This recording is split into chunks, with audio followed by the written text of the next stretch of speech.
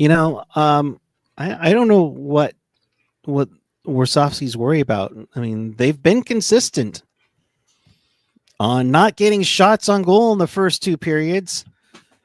We'll break this one down. We'll talk about how excited it was to play the Islanders, and we'll get you ready for a shellacking in Beantown right now on Teal Town After Dark. Yay!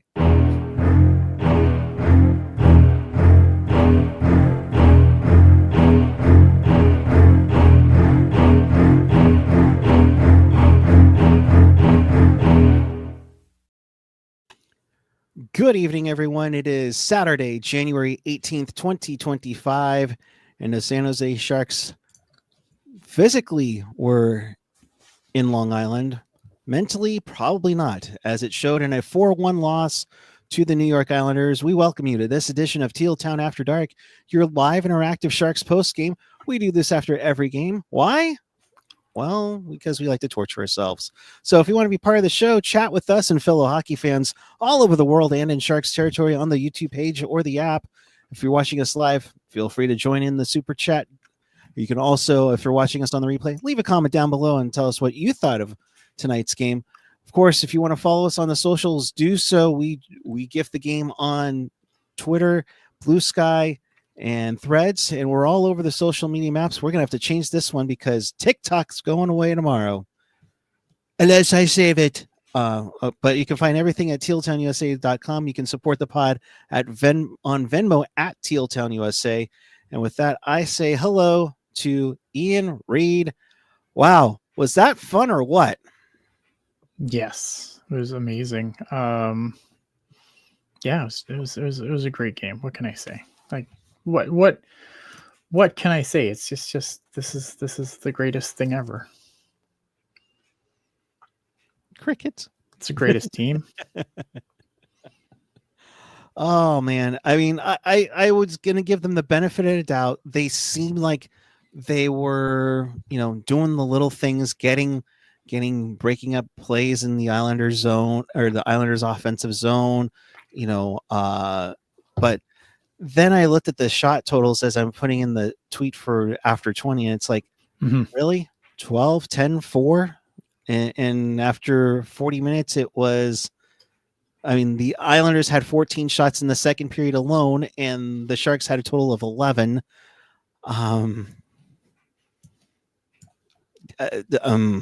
Yeah. It doesn't help that Toffoli was a late scratch. Yeah, that doesn't help anything for sure. And while Georgiev had a nice start a little bit, what was it? His third straight start, because we find out finally that Askarov's been battling an illness on this road trip. So yeah, that's I was gonna say, I don't know if that's what I heard on the Islanders broadcast. They were saying how Askarov, they wanted him to go, but he's been sick, which makes me sad. Yeah, but at least it's an answer. We know we're not speculating, or are they showcasing Georgiev to make a I can't even say that out loud. I can't even say that with a straight face. What am I talking about? Yeah, I think that's the most hilarious thing. It's like, oh yeah, they're just gonna repump his value and then dump him, and it's like, there's no repumping this guy's value. Nobody's gonna just be like, oh, we had a couple good games in San Jose, so let's let's pick him up for all, I think, $5 million of his fucking deal, and and the fact that we're just gonna forget what happened in Colorado, which is a much better team. Much better team now, and they're fighting for third in the division now, which is great. Come on, Blackwood, get those 30 wins to trigger the extra pick in the trade deal. So, but nonetheless, it was Georgiev against a guy who apparently played in Ottawa a few years back. It's like, are we just signing random goaltenders to play the Sharks now at this point? I don't know. I know, what is it? I don't know how to say Forsberg, because that's not the right guy. It was Hoberg. Hogberg or something. Hogberg, yeah, Hogberg or something.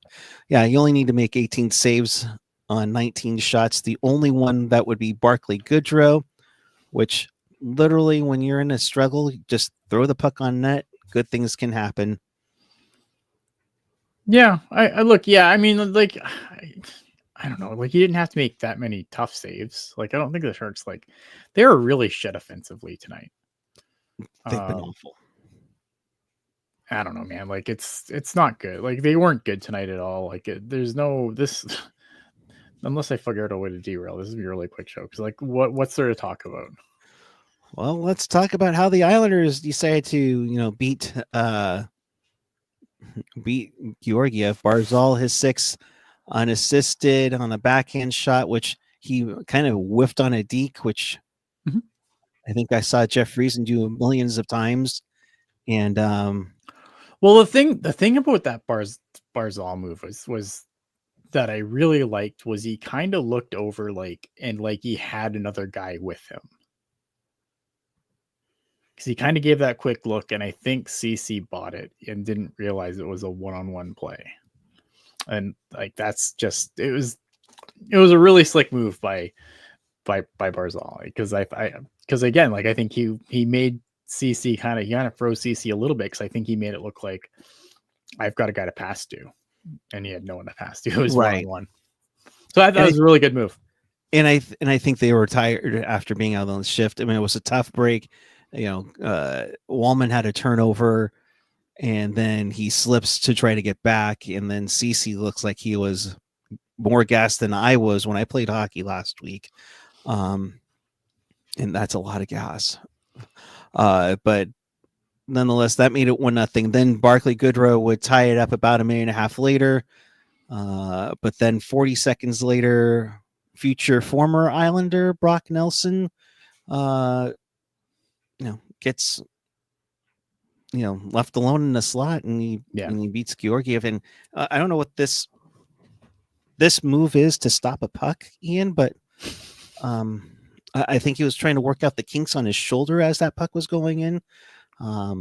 Little crazy there. And then late in the second period, Noah Dobson gets his 6th to basically kind of bury the Sharks. And then it doesn't help that 30 like a minute and a half after that goal, essentially the third period, Ryan Pollock gets his 3rd. Barzal with a goal and assist, and Brock Nelson with a goal and assist. I mean, to quote Hockey Jerk, it was bad, and we feel bad. Yeah, and they I mean, other than Celebrini, the Sharks got absolutely killed in the dot tonight. Like they're just battle over. I think Celebrini was the only one who won more than 50% of their draws. Oh, I think Barclay Goodrow took one and won one too. Oh, cool. So, but other than that, like I think that the Sharks got killed in the dot. Like this was, I don't know, man. This game was such a garbage, like just a garbage effort. Yeah, and to have back-to-back efforts where you're going through stretches of no shots on goal or minimal shots on goal. I mean, the Islanders in the Columbus game, there was at the point where there was like 6-7 shots on goal for the Sharks. So trying to figure out what the hell happened to this team after they beat fucking Detroit is just continues to be mind-boggling, because now that Detroit game was like, what was Detroit taking? Detroit was a trap game. No, yeah. It was a trap game for Detroit. I think Detroit was on a roll, and I think they took the Sharks lightly. And the Sharks had a good game, and unlike the last two, Georgiev had a good game. I don't think Georgiev was pretty good tonight. Like, I mean, the last goal was really bad, but I mean, by then they were already dead, so who cares? Right. Yeah, I don't know. Like, I wish I had like some witty thing to say, but like this is just a shitty game. Yeah. Hank, I wish your prediction was awesome. That wouldn't great. Aaron Jacks, we'll just go through the chat here for a little bit. Higgins or Schaefer, let's go. I'm almost thinking you go Schaefer at this point because he needs some help on D. But you also need help on offense because they decide not to shoot anymore. Yeah, but I mean, like, so here's the problem with that, right? Like this team, and like this is the problem, and you'll see it in the chat, and it's like, oh, this is gonna be forever because it's like, but this isn't gonna be. This is just the team right now. Like trying to, like you saying, oh well, they need help on offense right now. Look, whoever they draft this year, like this isn't whoever they draft this year probably isn't playing for them next year, even if they draft first overall. Like there's a good chance whoever they draft isn't playing for them next year. The draft is decent. Like I think it's a good top heavy draft, but I don't think it's as good as last year's. Like I don't think they have, like, whoever you take first isn't Macklin Celebrini. They're not stepping in and having, and doing the things that Macklin Celebrini has done this year in the NHL next year. Like I just think that if that's your expectation, you're going to be really disappointed. Kind of like Will Smith, where it's like it's going to be a stepping stone if they were to play in the NHL. It's not going to, you're not expecting this explosiveness to come right into play. Yeah, and you can make the argument that probably Will Smith shouldn't be there here right now either. Yeah, and that's a tough one to grasp. But I wonder again, like I think we've said many times, you wonder if it's because they wanted Celebrini, and he kind of mentioned that he wanted Will Smith to be with him. No, I mean, as part of the deal or whatever the plan was. But here's the thing, right? So like, let's talk about like let's look at let's look what we have here, right? Like, because people are like, oh, this team, they got to draft this guy now. But like next year, here's the guys that may not be here: Granlund, Cunnin, Sturm, Klim Kostin, Fabian Zetterlund's going to be here. Kovalenko's probably going to be here. Cody Ceci isn't going to be here. Jan Ruda probably not going to be here. The current goaltending, the NHL goaltending tandem probably isn't going to be here. Like there's going to be continuous turnover on this team. Right. So, I mean, like to be like, oh, well, they better not draft defense because they really need offense. Well, the offense is coming. Like they've got guys that are on their way that are going to, they're not going to be here tomorrow, but they've got guys in the system that are coming, that are going to be hopefully a part of this when it goes good. Now, could guys flame out? Absolutely. We've seen plenty of draft picks flame out. Mm-hmm. But I choose to be positive and hope that they won't flame out. Like, I know it's shocking, right? But I mean, it's something that you need to latch onto, just because you look at this and I want to say that the fan base is mixed right now. A lot understand, well, this is still a process. Let's do the rebuild. And then there's the people like, why isn't Askarov playing right now? The Georgiev just let in another 4. I mean, what? You could just not knowing that you okay. You know what I mean, though? Yeah, but at least on that thing, like I would argue people are right, because I would definitely be one of those people that are like, why are we playing this guy?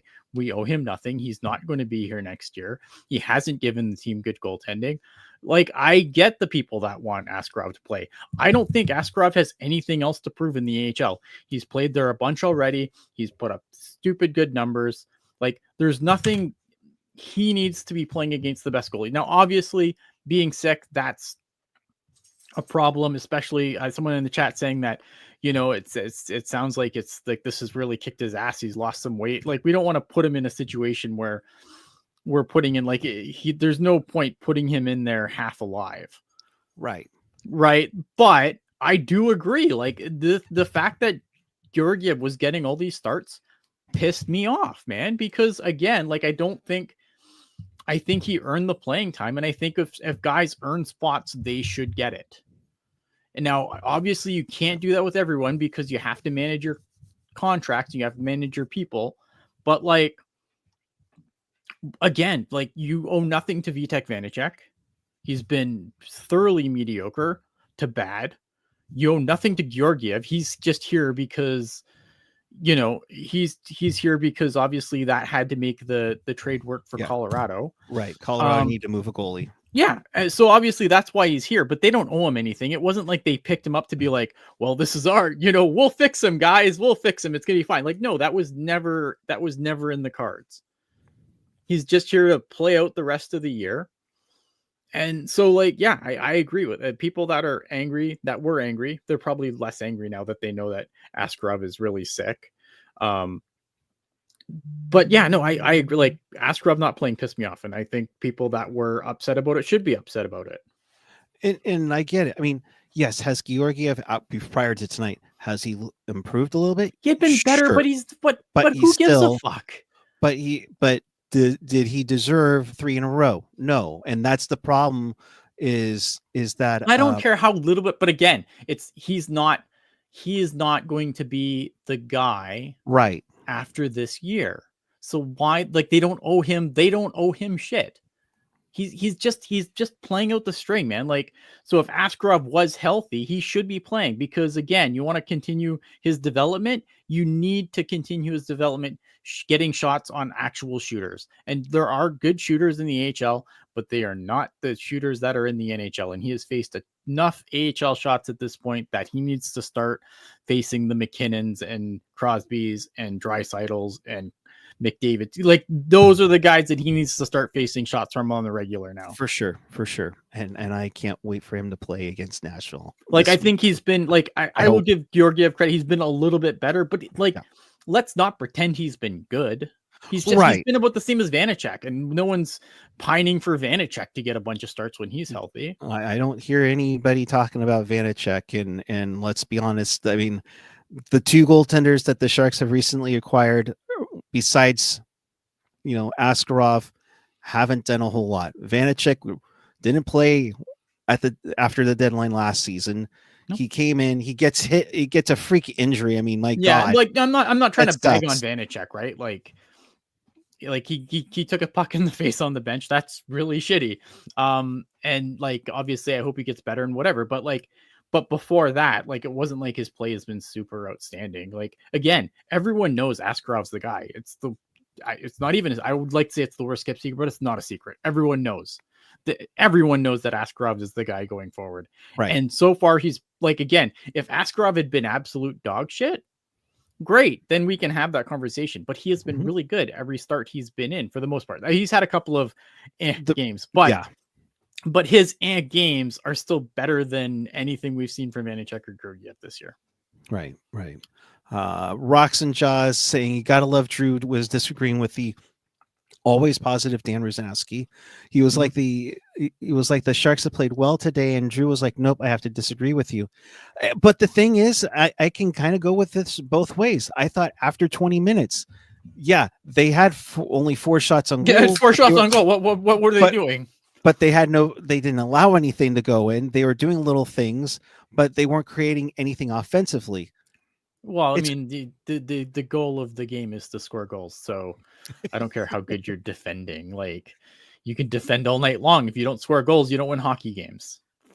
But does it seem like it's almost like some of them want to get too creative or too fancy? I know Warsaw mentioned this before in a presser. I think I want to say it was Columbus. It might have been a different game. How they're getting maybe a little too cute in their offensive zone. Sure, but you have to be, because it's the NHL, and shooters, like, if you just put a harmless shot on goal, you know what you've done? You basically turned the puck over, because the goalie's going to stop it. He's going to give it to his defenseman. It's going the other way. So that's why shooters don't, like, I know everyone's like, oh my God, shoot the fucking puck. But the reality is, if you don't put a good shot on goal, you might as well turn the puck over without shooting, because that's what you've done. Nicole V, I think this is the first time we've seen you, so welcome. Next season we have to be better. I think we're in completely agreement with that. The Sharks have to start getting better. I don't think, like, we don't want to see this continue for another few seasons, and I don't think it's going to. Like, I think like you have pieces now. It's time to start putting better pieces around them. It's you know what I mean? Like I don't want. Again, I said this the last few shows. I don't want to talk about fucking Gavin McKenna next year. Right. No, this is the maybe time where maybe we we're need to start talking about rebuilding. like, oh, maybe we're talking about pick 10 or 12, but like that's better than that shows improvement, right? That's better than, because I don't agree. It's like, well, if they're not going to be in the playoffs, then they better be dead last, because I think you get used to being dead last, and eventually, you know, there's always going to be another guy, and then another guy after that, and then next year, guess what? There'll be another guy that everyone's talking about, and then after that, there'll be another guy that everyone's talking about. You know, eventually you got to start moving up. And I think that the Sharks, I want, you know, they have a lot of pieces that are going to be around going forward. We have what we think is a really, really good goalie in Askarov. We have Macklin Celebrini, who is like just plays beyond his years. Yeah, they're going to need a little help on the blue line, obviously. That's a big concern. But they have guys. I think William Eklund's had a hell of a fucking year so far. Mm-hmm. Like, that's important, right? So, I mean, you can see, like, again, you're starting to see the pieces that are going to be a part of this going forward. The problem is for this team as constructed right now is the pieces that are going to be a part of this going forward are outnumbered by the guys that aren't going to be here. And I understand watching a game like tonight and be like, fuck, this shit's never going to end. But it will. It has to. And then I saw on YouTube that and I was just not going to fall for it, but it's like, okay, TSN, you're going for the clickbaity here, but they're already saying, did the Sabres, Sharks, and Hawks already ruin their rebuild? And I'm like, we just got underway here, gang.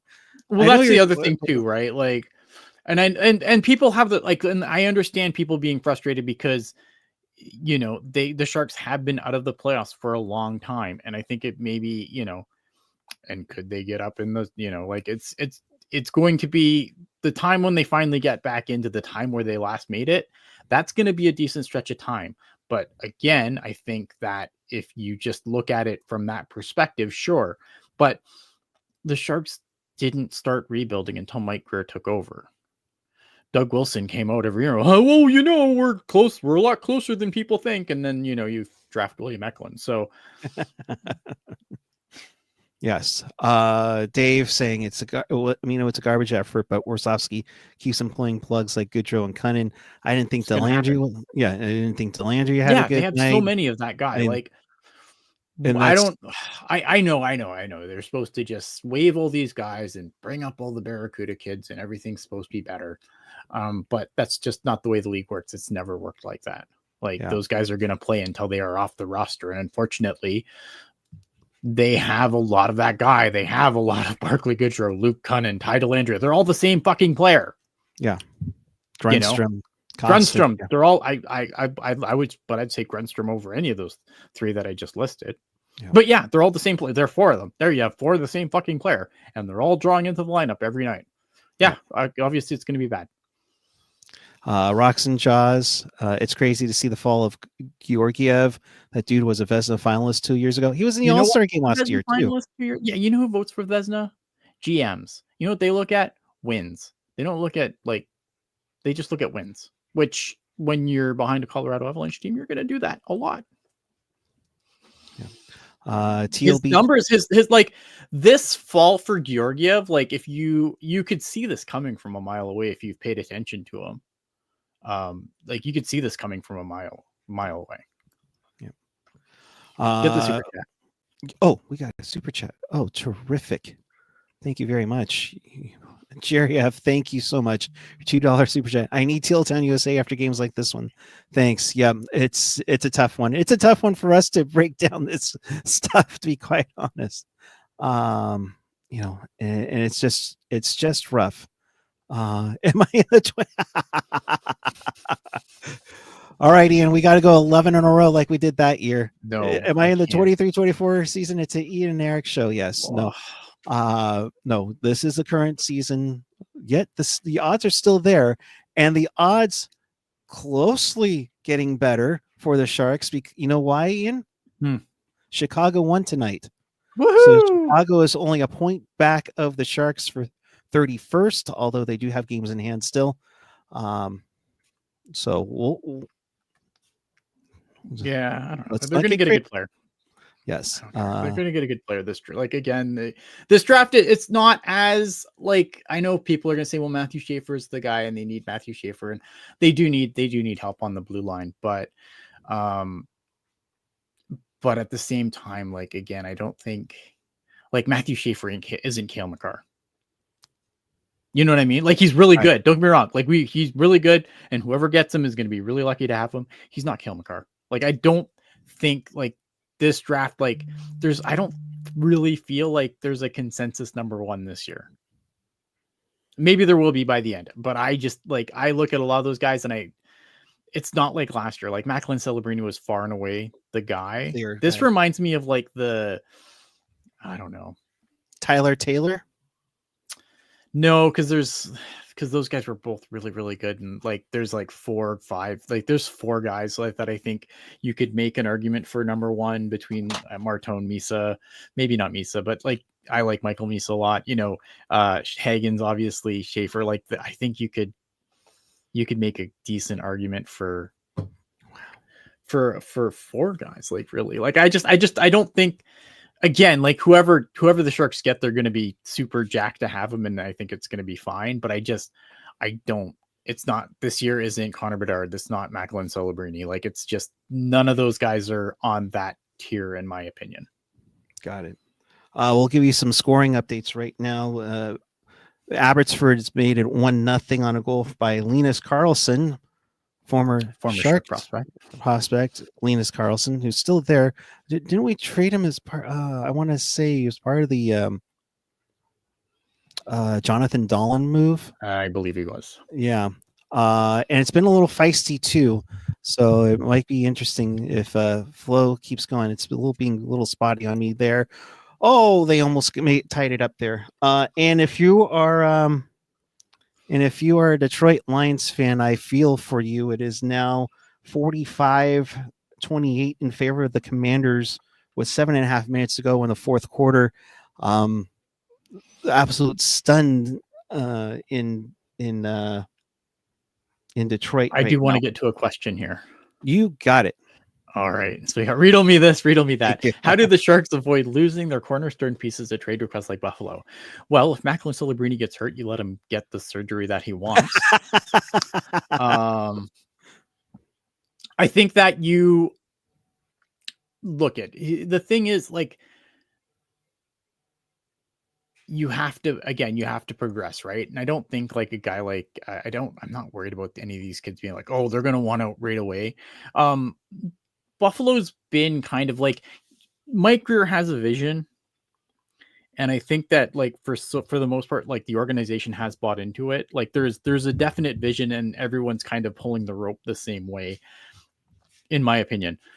If you look at Buffalo, what happened in Buffalo? Well, this is what I've talked about a ton, right? This is why like I don't think like Ryan Rosofsky is going to get axed after this year, because that's how when a player has more coaches than he has years in the league, then that's obviously dysfunction. And I think the Sharks need to obviously avoid that kind of dysfunction. They need to avoid, firing their coach every other year, every time they don't take the tiniest of steps.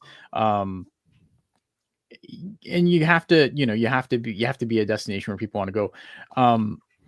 But I think you just have to, you can't sour relationships with your players. And I think the Sharks for the most part have done a good job with that, like of not souring people.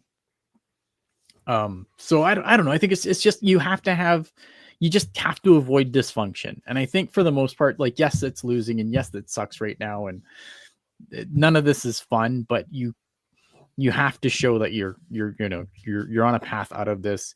You have to have faith in the people that you've put in place to put, you know what I mean? Like to put people in a situation where they're actually going to be here to get this out of this. Now, sometimes that doesn't work out. Like, Detroit was, really loyal to a couple of coaches that were there for a while and didn't manage anything. So there's that risk too, but I think it's better to have more function than not. And obviously if some teams that you've seen sit in a while, not only have they had different coaching changes, like maybe too many coaching changes, they've also had GM changes where the whole the whole thing gets kind of flipped on its head. And now it's like, okay, now we're going to do this. Right. And I think Detroit's a good example of that too, where they went for so long under Ken Holland and then Yzerman comes in and kind of restarts.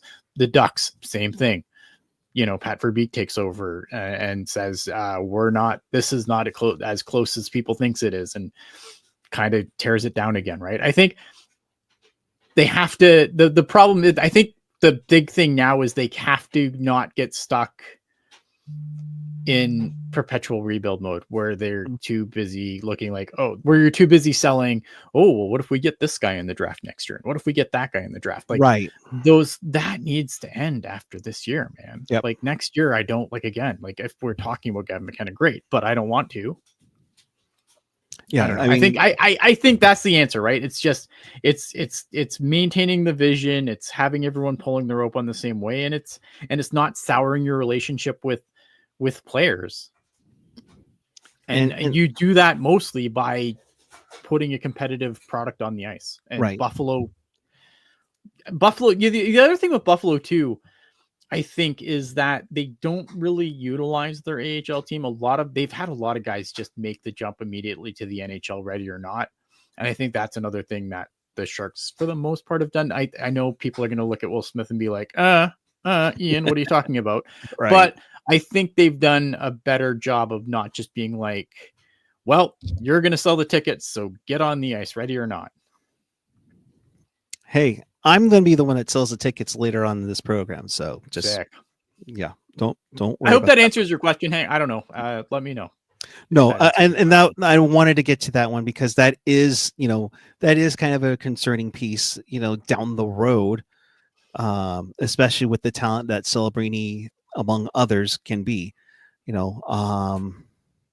but it's tough to do. I mean, you're kind of in a tough spot because you don't have the retention spots to do like a partial move. So you can't be even part of even the speculation of JT Miller, which, by the way, the Canucks scored twice in the first minute of the game and he was in the lineup. But there are pieces that can be moved. And we have a lot of the, not to steal your phrasing here, but we have a lot of guys in the guy factory that are on the bottom six. There's a lot of guys on this team. Like I said, you have Tidal Andrea, Barclay Goodrow. Who else did I say? Tidal Andrea, Barclay Goodrow, Luke Cunnin, Grunstrom. They're all the same fucking guy. They're all the same guy. And they're all guys. They're not like Celebrini.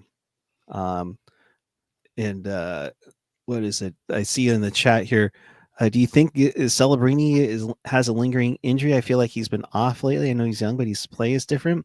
I just think that tonight the Islanders did a good job of look at Celebrini. The genie's out of the bottle. Everyone knows that you have to watch Celebrini now. But I think he's been the engine that's kind of made this team go a lot of nights. Right. He's not going to score goals every night. That's just unrealistic to ask for. I don't know. I don't think he's playing through anything. I think anytime you play pro hockey, like a year of pro hockey, after playing at a lower level, I think there is some fatigue that does hit at this part of the season, but I haven't seen that from Celebrini. I don't know. I mean, I think he's been fine. I just think that he can't do everything. And on a night where Tyler Toffoli isn't in the lineup, it makes it really easy to lock up, to lock down a guy like Celebrini when you don't have to worry about other people. And the spotlight just gets bigger and bigger when you have a guy of the likeness of Toffoli out, or for that matter, even the little pieces like Kovalenko who played well with Celebrini out, and you're ending up having Goodrow on your line just to try to spark something going. For Celebrini, Nico Sturm, Nico Sturm can throw in that. Megan Lasses, I could throw Nico Sturm in that. They have a lot of the same guy. Yeah. Celebrini did have his 3-game assist streak snap. However, he does have only 1 goal in his last 9 games. That was against New Jersey on January 4th. So I see where that can be Yeah, coming but from, again, but I like I don't think think it's nothing. I mean, if he's I'm not averaging, worried about it. yeah, I mean, if he's averaging at least like 18 minutes a game, I mean, if he was hurt, I don't think they'd be pushing him in that much. No, not at all. Yeah. So that's where it's at right now. Yeah, yeah. Well, this, yeah. Cunning, Goodrow, Sturm, Delandria, Grunstrom, Costin, legit 2 lines worth of guys. Mhm. You know, and those guys are doing their job to keep, more of like what Cardwell, Beestet, who would be others that would probably be on this team? Most likely they'll be on this team come after the Well, I deadline. think Cardwell for sure. Like I think Cardwell's a guy that I think if there was room for him to be on this roster, I think he would be playing. He'd probably get more regular time, at least in the bottom 6, because I think that's where he is best suited. Philip Beested is fine where he is right now. I don't think there's any rush for him. I think he's a guy who has hit kind of that midseason wall that a lot of pro guys hit. I like there's not really a lot from the Barracuda. I think there's guys that you probably want to get a look at this year, but because I think a guy like Bordelot who's on a 1-year kind of show me deal, I think they probably want to get a look at him again in the NHL and see what he can do for them, because I think again this year, like, you have to make a decision on Thomas Bordelot. And then there's other guys too that are down there that they probably do want to get a look at. I think if I had to put money on it, though, I think Cardwell's the guy who would, if you cleared up some of the guy factory guys, I think Cardwell is the guy who would probably benefit most from that. Yeah. I mean, and maybe if it's, or like Rob Iman saying here, Gush needs one last look. I mean, I would say the same thing with Thomas Bordelot as well.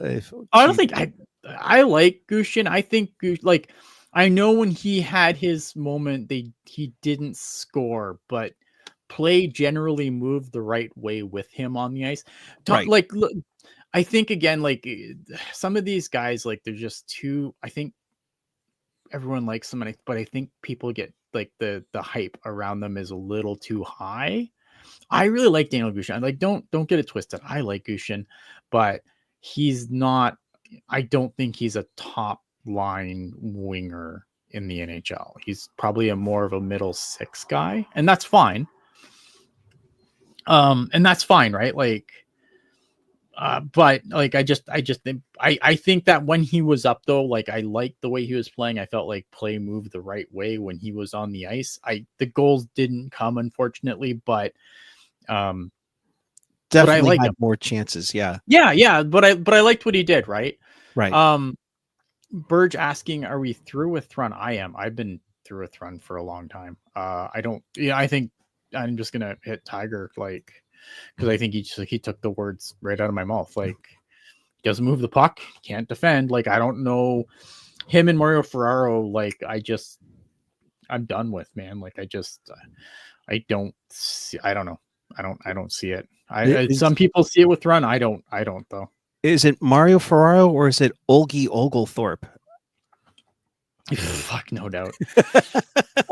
Yeah, I'm kind of done with both guys. I've been done with Ferraro for a long time, but Henry Thrun has, in my opinion, been disappointing this year.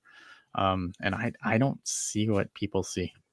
And maybe it's why he was so available from Anaheim when we got him in, what was it, 22? Well, he didn't want to go, so I mean, like, right. It was, again, like, it was a good swing. Like, I don't hate the swing. Like, not exactly. Every swing is gonna fucking be a hit, right? Right. And I think that's like and I understand, like, you need probably need more hits than not at this stage, but I like the swing. I just don't think it was a hit, and that's fine. I think you have to take chances on guys like that when they become available, and if it works out, great. If it doesn't, then it doesn't work, and you move on to the next guy.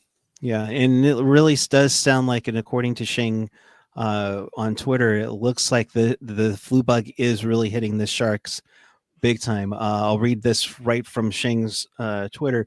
While Warsofsky was not happy with the Sharks game, said there were a couple of bonehead mistakes, does give his sick team a lot of credit for getting it out. Said in Vlasic in particular was very sick and played through it. Other Sharks also played through some degree of illness, though no one wanted to use it as an excuse.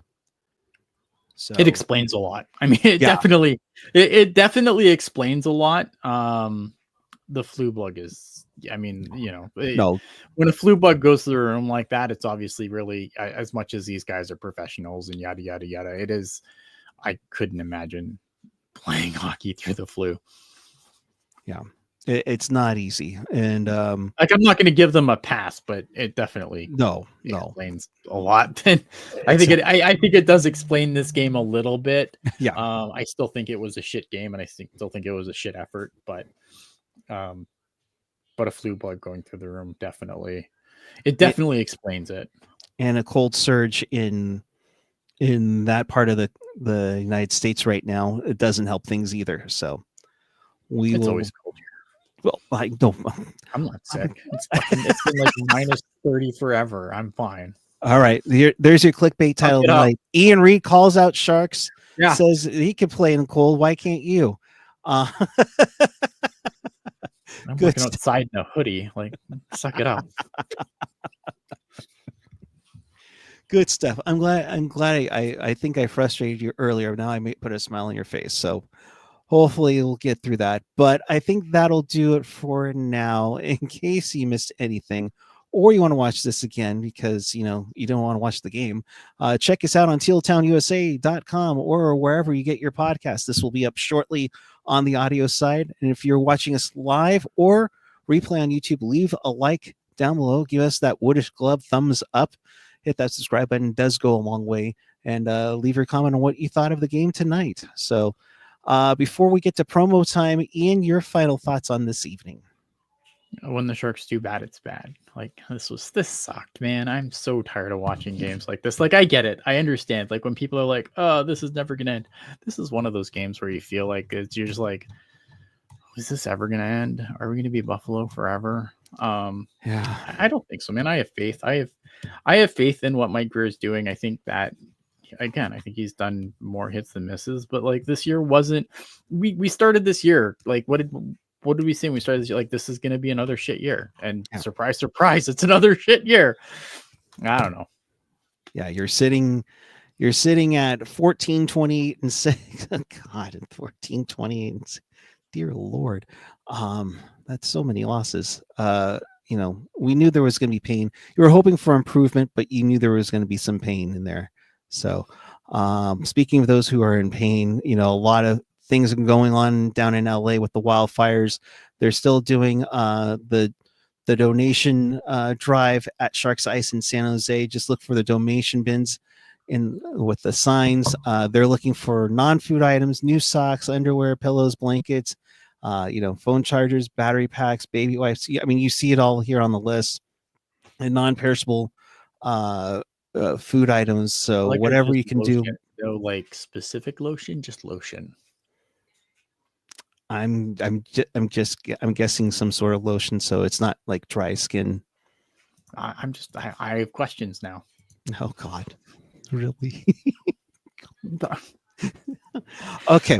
Very vague. You see it on there. Oh dear Lord. Okay. It's very vague. That's after dark on the Discord. But oh boy. As we transition away to that, there is a game next weekend for the Lunar New Year game. This is the giveaway. Let me get closer. I don't like this year. No, you can fuck off. Go away. Your haircut. It's fine. But the beanie giveaway on there, that's pretty cool. Talking to my dog, by the way. I like the one last year, but this one is not too shabby on there. So that's a full arena giveaway next weekend.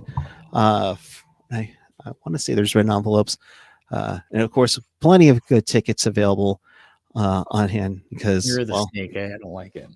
I'm the snake. You're the snake. Yeah, that's what it is. You're the that's snake. True. I don't like it. I'm boycotting this Chinese year. Okay. Boycotting. Well, we can't always have the jumbo. You're the rooster. All right. So, oh, geez. So for Rob super oh chatted. yes, we are on a better pace than Chicago. $3.99 super chat from Rob Iman. Thank you very much, good sir. Way to sneak that in.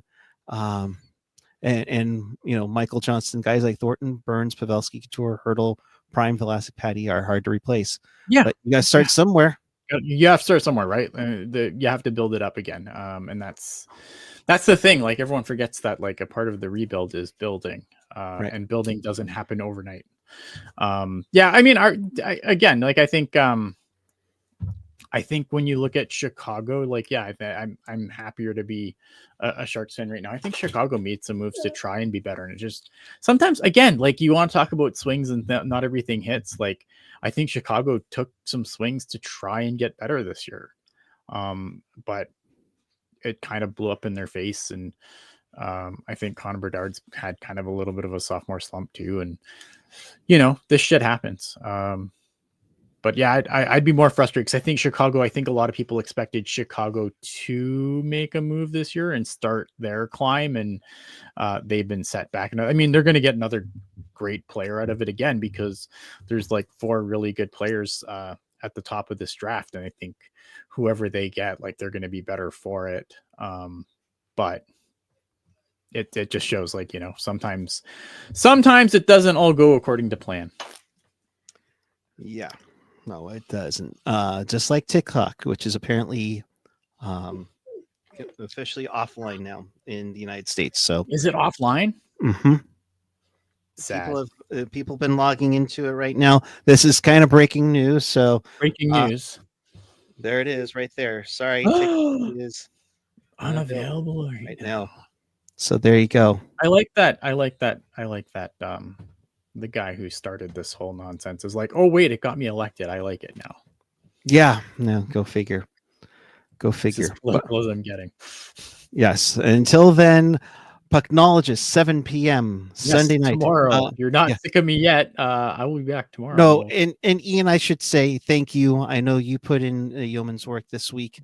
Really appreciate you doing all the shows this week. So I did them all. I said I'm going to do all the shows this week, and I'm tracks as long as nothing falls apart tomorrow and I show up and AJ's going to be like, what is left for Ian to say? And I'm going to be like, I don't fucking know. So I will figure out something. On that note, join us for a very special join us tomorrow. And I'm like, I don't know. So Ian and AJ at 7 p.m. on Sunday. We will be back with you bright and early, 10 a.m. Pacific time. I'm really pissed about that. On Monday, as the Sharks take on the Boston Bruins. Gross. It's going to be wicked awful. Yeah. So until then, thanks for watching. Keep it real. Keep it teal. Keep it real, teal. Have a great night, everyone. We will see you for Pucknologists on Sunday. And then in the afternoon, Monday, after we get destroyed by Boston. Have a good night, everyone.